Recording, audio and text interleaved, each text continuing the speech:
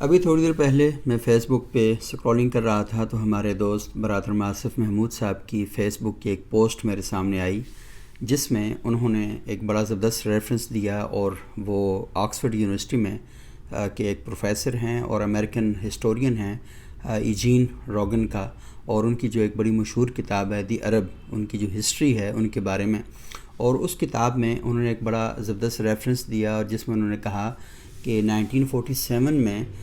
فلسطین کی جو 94% جو زمینیں تھیں ان کی جو اونرشپ تھی وہ فلسطینی مسلمانوں کے پاس ہی تھی،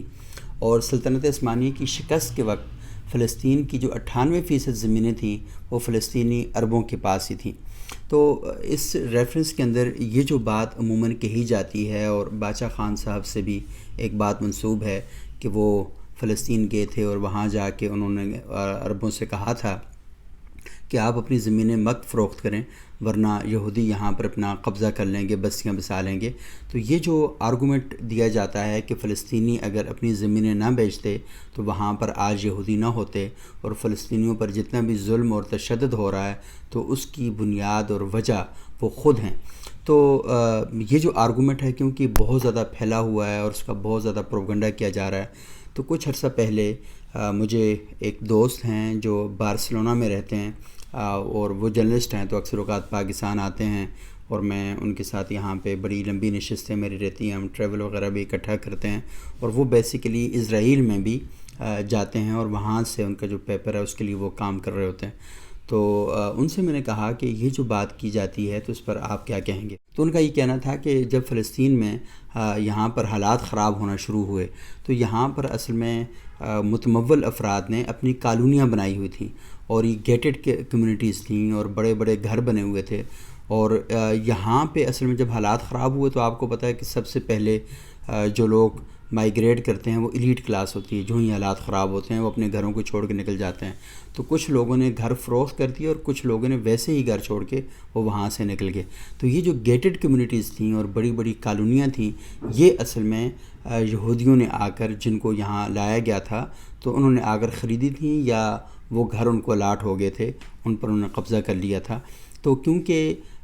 جب بڑی سوسائٹیز فروخت ہوتی ہیں اور لوگ وہاں سے چھوڑ جاتے ہیں، مائیگریٹ کرتے ہیں، تو وہ بڑی خبر بنتی ہے، اور بڑی خبر جب بن جاتی ہے تو پھر اس کے بعد اس کا ڈھنڈورا بہت زیادہ پیٹا جاتا ہے. تو وہ جو خبر تھی، ایک تو خبر بڑی تھی کیونکہ اس کے اثرات معیشت پر بھی تھے اور معاشرت پر بھی تھے اور پراپرٹی پر بھی تھے، اور دوسرا یہ تھا کہ اب دیکھیں نا کہ یہاں سے بحریہ ٹاؤن سے لوگ نکلنا شروع ہو جائیں، ڈی ایچ اے سے لوگ نکلنا شروع ہو جائیں، تو لوگ سارے کہیں گے نا کہ پاکستان کے حالات اتنے خراب ہو گئے ہیں کہ لوگ ڈی ایچ اے چھوڑ چکے ہیں، لوگ بحریہ ٹاؤن چھوڑ چکے ہیں. تو سیم یہی صورتحال وہاں پر بھی ہوئی. جب وہاں پر صورتحال خراب ہونا شروع ہوئی تو یہ ساری باتیں جو ہیں اس اسرائیلی جو جرنلسٹ ہے اس کے بقول یہ ساری چیزیں ہونا شروع ہوئیں. تو سیم وہاں پر بھی یہ ہوا.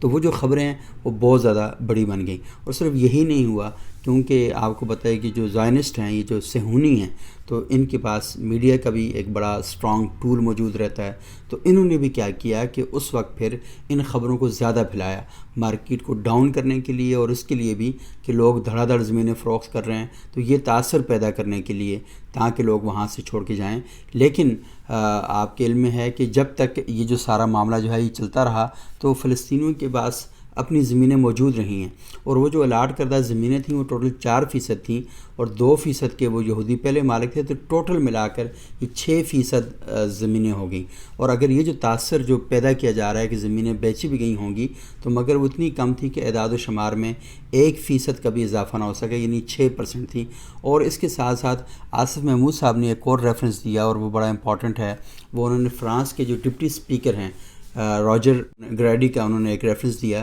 تو اس میں انہوں نے لکھا کہ 1947 میں، یعنی جب برطانوی قبضے کے قریب 27 سال بعد بھی یہودیوں کے پاس فلسطین کی جو 5.6% زمینیں تھیں، اور اعلان بلفور کے وقت صرف 2.5% زمینیں یہودیوں کے پاس تھیں. یعنی یہ جو ساری ایک متھ کریٹ کی جا رہی ہے اور سارا ایک پروپیگنڈا کیا جا رہا ہے، اور ہمارے وہ حضرات جو اس وقت اسرائیلی ظلم، تشدد اور بربریت کا ساتھ دیتے ہیں اور اس کے لیے ریفرنس تلاش کر کے لاتے ہیں، تو ان کے لیے ایک بہت بڑا کویسچن ہے.